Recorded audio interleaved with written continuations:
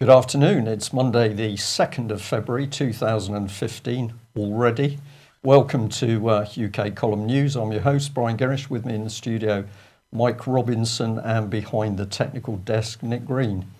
Wonderful day in Plymouth. Clear sky, blue skies, most impressive. Temperatures have been down to the -2s overnight. Pretty cold across the country. We've had a dusting of snow on Dartmoor.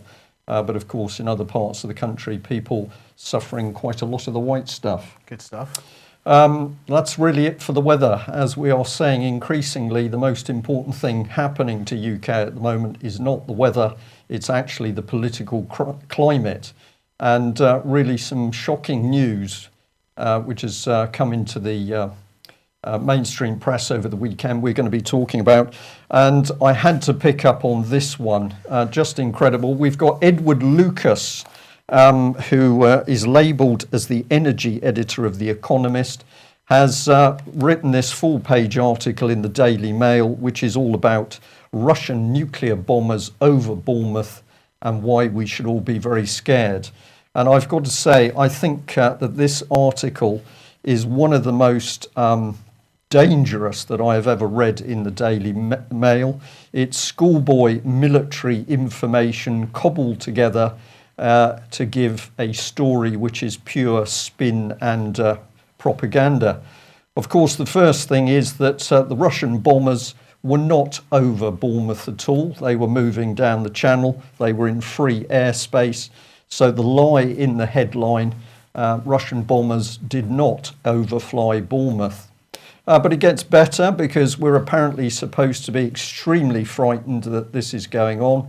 But of course, the reality is that Russian bear flights have taken place during and ever since the Cold War. So actually, there is nothing new with what is taking place. This is normal military manoeuvring. And of course, it's a game that's played both by Russia and NATO and the Chinese and most other military forces who've got the capability to spy on their neighbours. But here it is by Edward Lucas, who specialises in energy. He's now into deep analysis of military actions.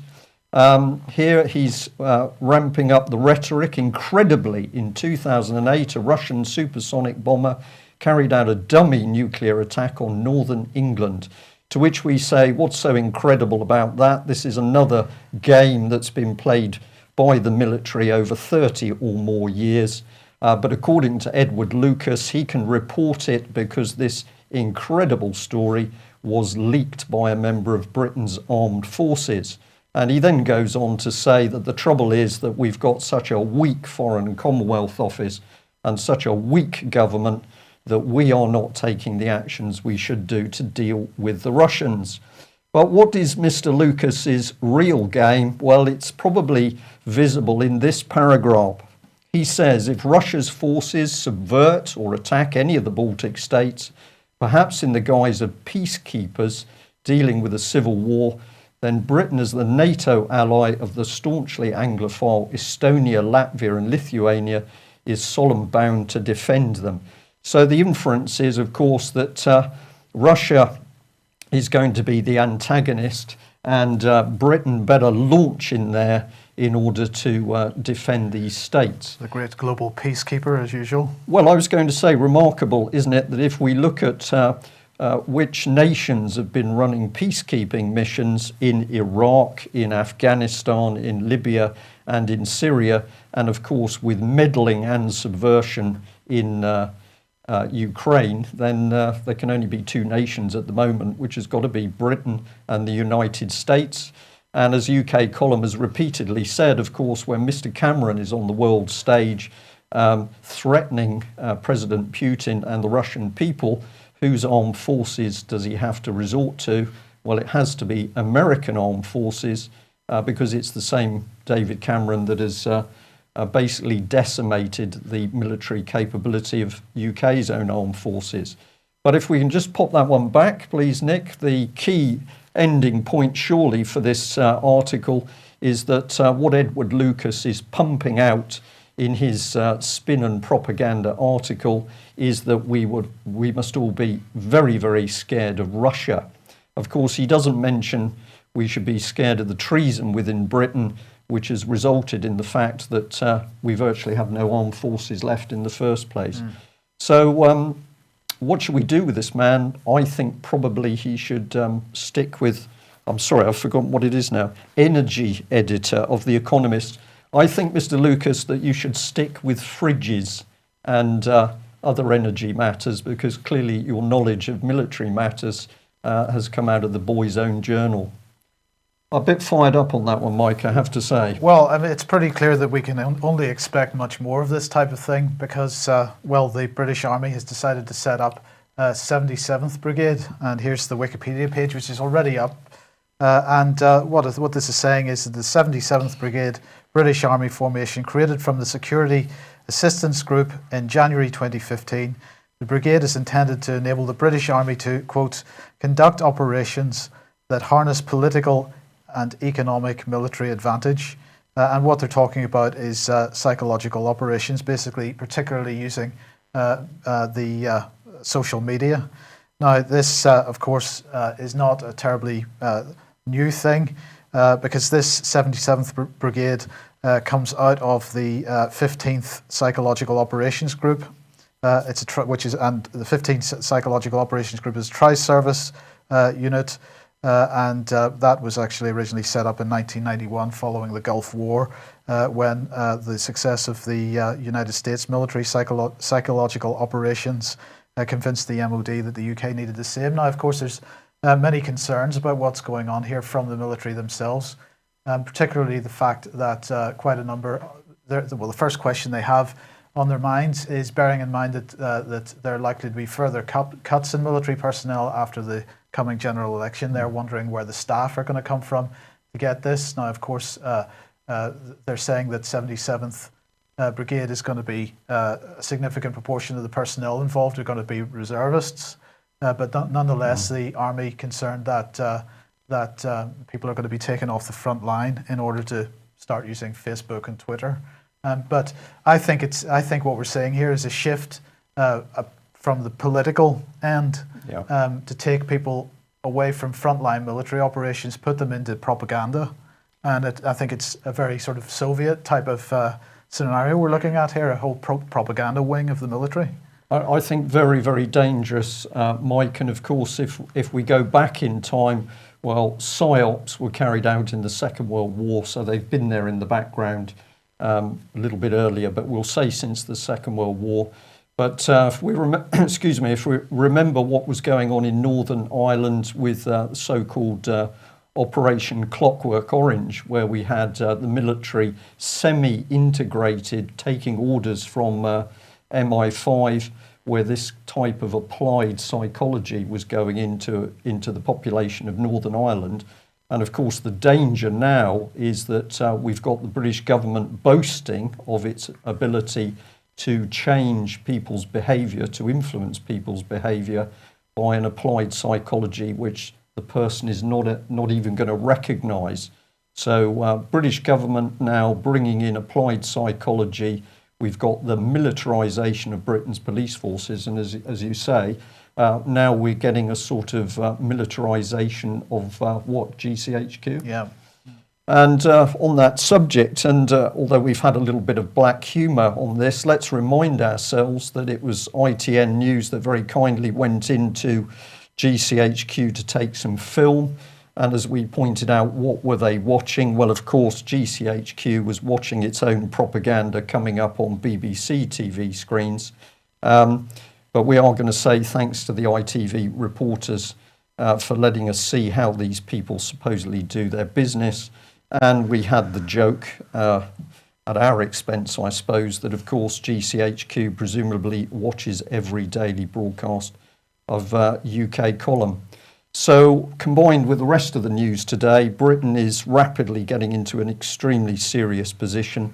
And we are going to be saying to our viewers and listeners in Britain and indeed worldwide, the time has come for action.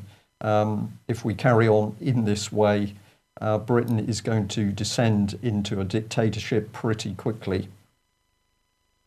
Well, a bit of a change of subject here in a sense.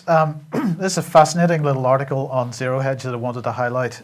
What do they know? Why are so many of the super wealthy preparing bug out locations? Now, of course, most people's view of the so-called preppers in the United States is that they're either working class or middle class people that are into hunting and all the kind of outdoor activities that Americans tend to be into, and that they're maybe a little bit paranoid and getting ready for some kind of excuse my French, apocalyptic apocalyptic event.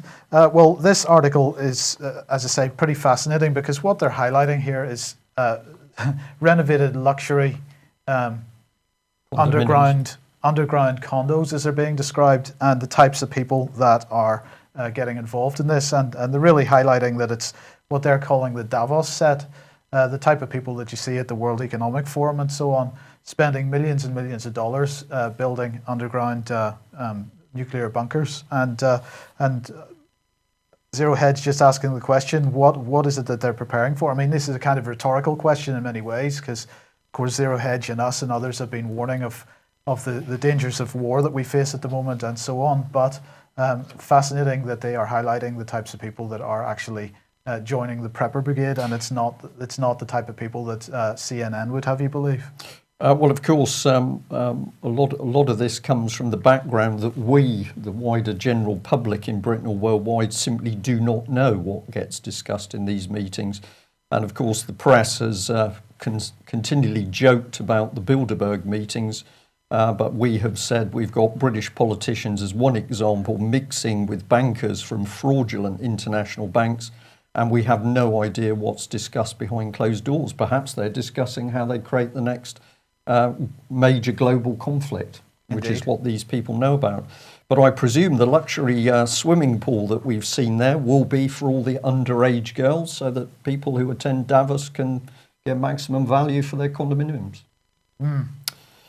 And on the subject of child abuse, more evidence coming up to the surface bit by bit through the press, who of course have known for years of the paedophile rings operating in and around Westminster. But the Star here reporting what they say is an exclusive story on a teenage rent boy who vanished after being given a camera to go and report on VIP paedophile rings.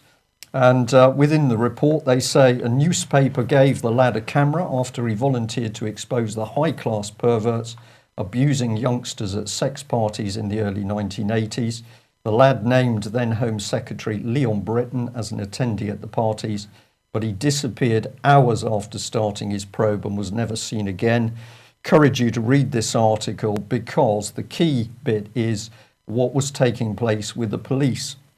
It was in that first conversation with journalists at the Sunday Mirror that he said the lad, a detective, had told him that the investigation had been stopped.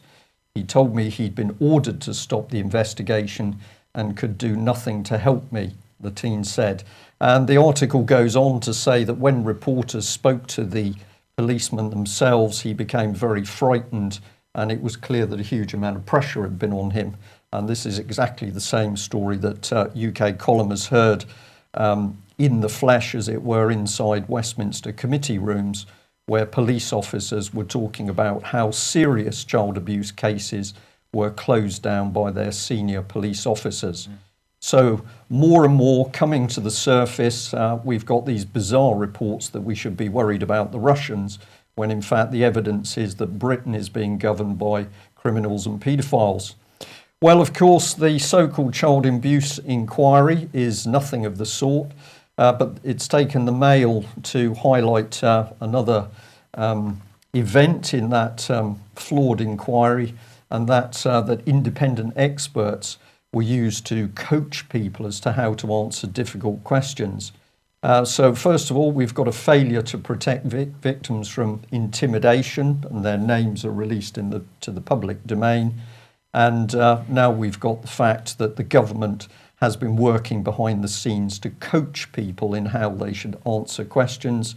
And of course, many people are raising questions about how this gentleman, Mr. Keith Vaz, who's chair of the Child Abuse Committee, how he's able to remain in post when, of course, he was former legal officer of Richmond upon Thames Borough Council and indeed the London Borough of Islington at times when they were riddled with child abuse allegations. So many people saying this man is too close to what was going on in the abuse rings in councils, and therefore how can he possibly remain as chair to the inquiry? How was it that these victims' names were made public? According to Mr. Vaz, they were put up on the website because they were already public anyway.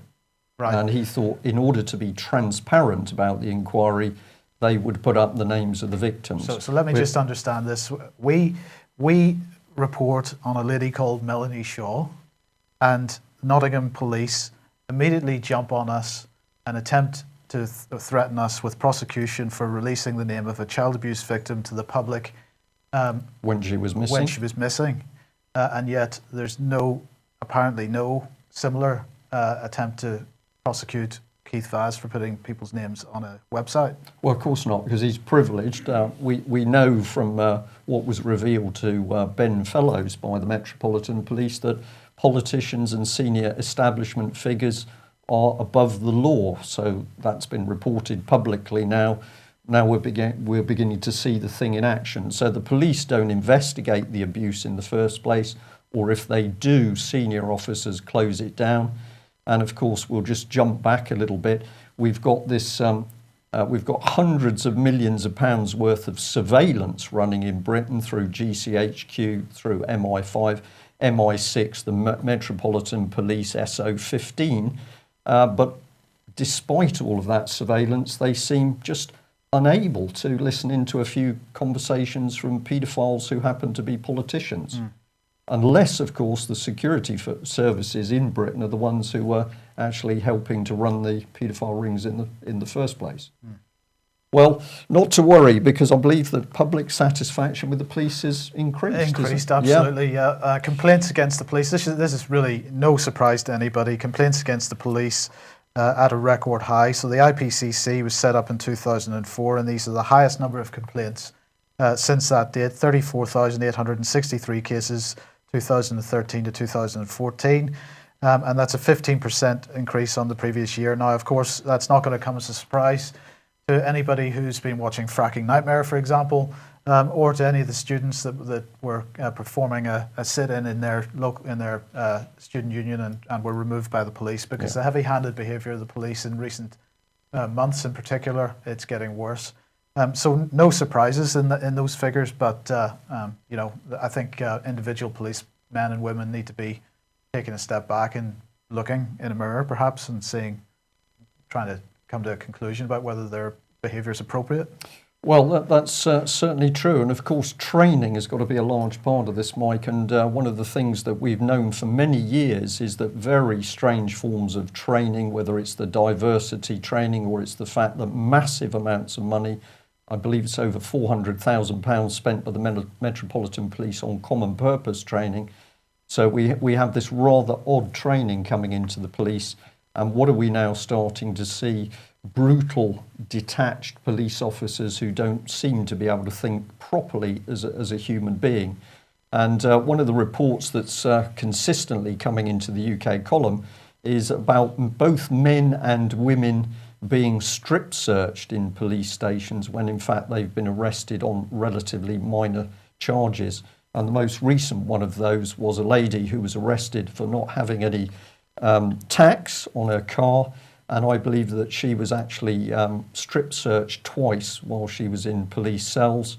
And we know of other cases in the West Country where it was clear that women in particular were being brutalised and intimidated in police cells by being strip searched.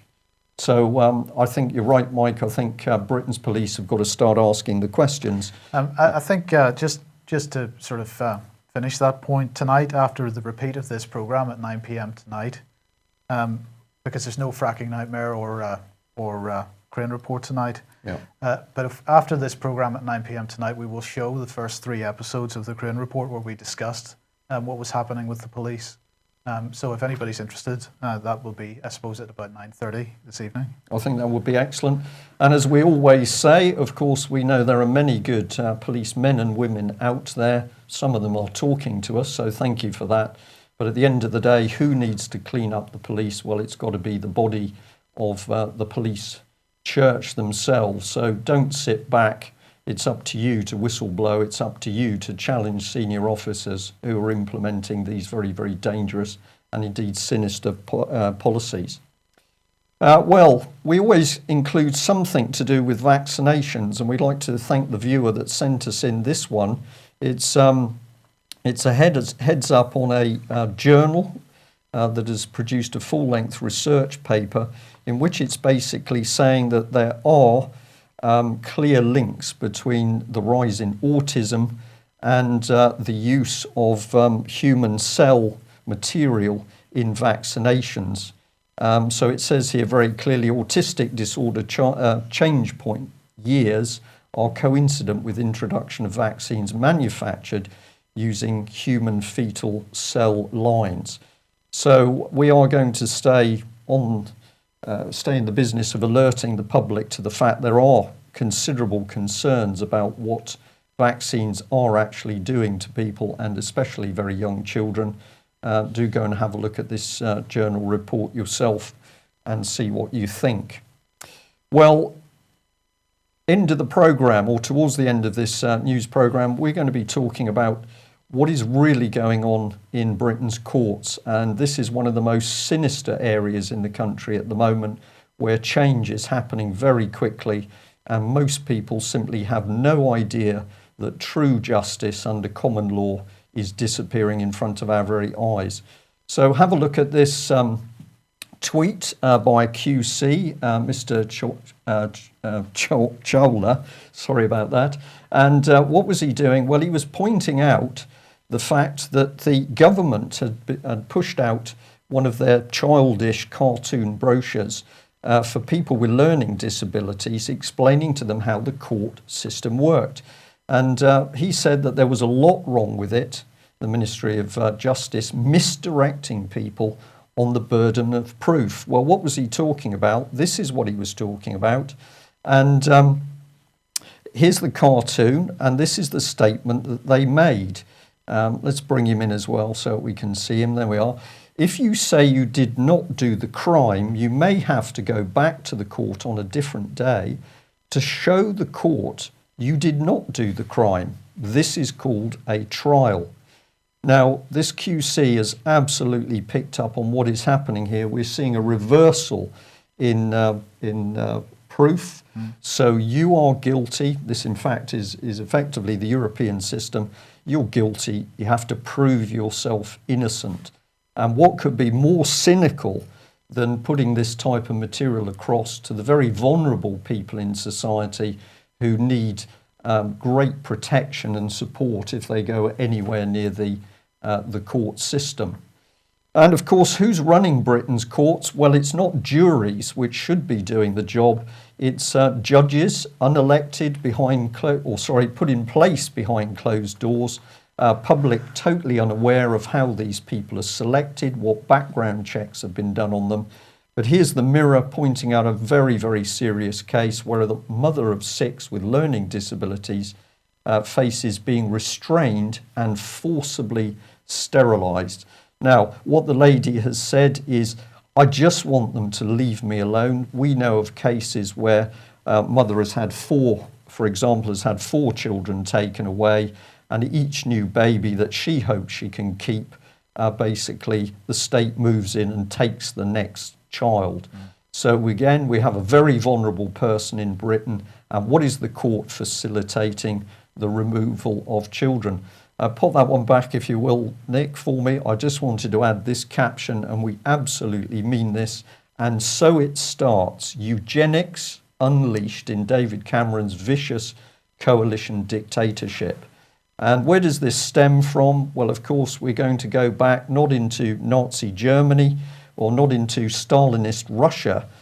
We are going to go back in time in the USA and indeed Britain, because this is where the eugenics program started. The happy name for it was family planning. Here's a picture of some of the early eugenicists. This is the type of language these people use, registering human pedigrees. And I think it's pretty easy to see what's going on. And luckily, other people over the years have realized the danger of this compulsory sterilization and eugenics. So here's demonstrators against eugenics and family planning in the United States. I believe this was in the early 60s. But let's put this into context. We are absolutely not talking about Nazi Germany being the troublemaker here. It's much more subtle. Let's have a look at Marie Stopes' family planning clinics, for example. But here's the pioneers of eugenics. From Britain, William Beveridge, John Maynard Keynes, George Bernard Shaw, Sidney Webb, Winston Churchill, Arthur Balfour, and a couple from the USA, Alexander Graham Bell, Charles Benedict Davenport, who was a big name in the American Breeders Association. So US sterilization laws for compulsory sterilization were in place from 1907 until the late 60s, and tens of thousands of people succumbed to that disgraceful program. Now here's Booker warning about what's going on in the courts. Most shocking of all is the way these inhuman actions are then supported by a court system which often seems rigged against the parents. Secret family courts, not Stalinist Russia, not Nazi Germany. This is David Cameron's LibCon Britain in 2015. And look at who's doing the dirty work. So on the Telegraph website, for legal reasons, comments have been disabled on this story. Can't have the general public talking about what's going on in the courts. And the Indie here has got a report on eugenics survivors. Some ladies didn't actually realise that they'd been sterilised. They'd gone through perhaps the mental health system. They'd been in very bad places, forcibly drugged. And then in later life, when they can't conceive, they discover to their horror that they've been forcibly sterilised. And the comment from this article, in 1968, at just 14 years old, Elaine became one of the thousands of victims of North Carolina's forced sterilisation program. Is this real in UK? Well, just look at the headlines. This was Mother Rachel, who was deemed not bright enough to keep her child. And social workers banned a young woman from her own wedding, an extraordinary row over whether she's bright enough to get married. And so what did Amanda Platel of the Daily Mail say? She uses the correct terminology, social services Stasi. And this is what's happening. What are we going to do? Well, if you haven't considered coming, you should. British Constitution Group Conference, The Time for Action, talking about our Constitution and the protections to our liberty from common law, which is at the end of February, running into Sunday the 1st of March. Well, actually, I'm going to be a little stronger on that. So I'm going to say that if people are sitting on the fence about this, you need to get off the fence. This is the time for action.